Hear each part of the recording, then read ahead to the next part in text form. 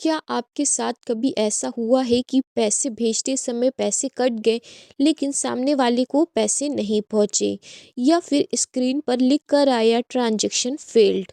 अगर हाँ, तो आज हम जानेंगे इसी बारे में कि फेल्ड ट्रांजैक्शन क्या होता है।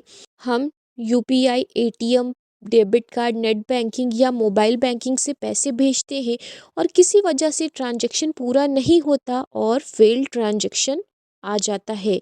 अगर किसी चीज़ का हम ट्रांजैक्शन कर रहे हैं और वो ट्रांजैक्शन पूरा नहीं हो रहा, तो उसे ही फेल्ड ट्रांजैक्शन कहा जाता है। इसमें दो स्थिति हो सकती है, पैसे कटते ही नहीं है और आपका ट्रांजैक्शन फेल्ड हो जाता है। दूसरा, पैसे कट जाते हैं लेकिन सामने वाले को पैसे नहीं पहुंचते। इस केस में भी ट्रांजैक्शन फेल्ड कहा जाता है। फेल्ड ट्रांजैक्शन होने के मेन रीज़न जो कि आम है, आज आपको बताएंगे। पहला, बैंक सर्वर डाउन हो जाता है और ट्रांजैक्शन ऑटोमेटिक फेल्ड हो जाता है। इंटरनेट कमज़ोर होता है, इंटरनेट जो कनेक्शन है वो प्रॉपर नहीं आ रहा होता है, जिस वजह से ट्रांजैक्शन फेल्ड हो जाता है। आपने गलत यूपीआई आईडी या अकाउंट नंबर डाला है, जिस वजह से सही जानकारी न होने के कारण ट्रांजैक्शन फेल्ड हो जाता है। बैंक में तकनीकी समस्या के कारण भी ट्रांजैक्शन फेल होता है।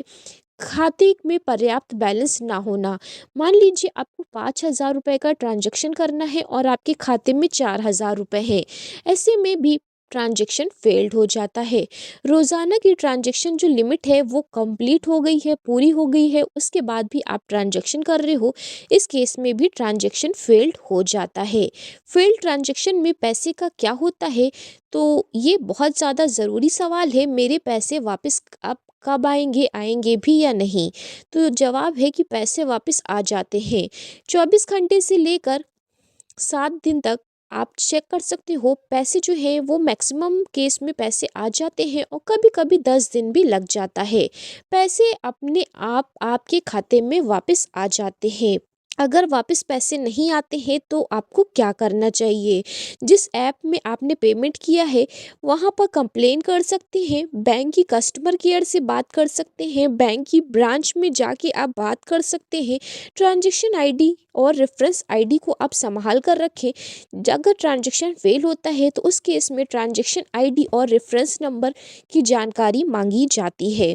ट्रांजैक्शन फेल्ड होने से कैसे बच सकते हो? हमेशा सही जानकारी डालें, अकाउंट नंबर या यूपीआई आईडी को सही रखें और यूपीआई आईडी या अकाउंट नंबर डालते वक्त उसे 2 बार चेक ज़रूर करें।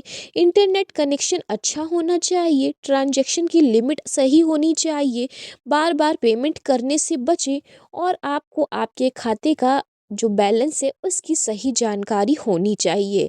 तो इन सारी चीज़ों का यूज़ करके आप ट्रांजैक्शन फेल्ड होने की जो समस्या है इससे बच सकते हैं।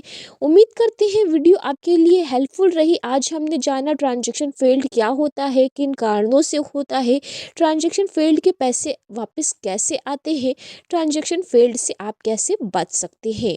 वीडियो को लाइक करें, शेयर करें, चैनल ज़रूर सब्सक्राइब करें। Thanks for watching.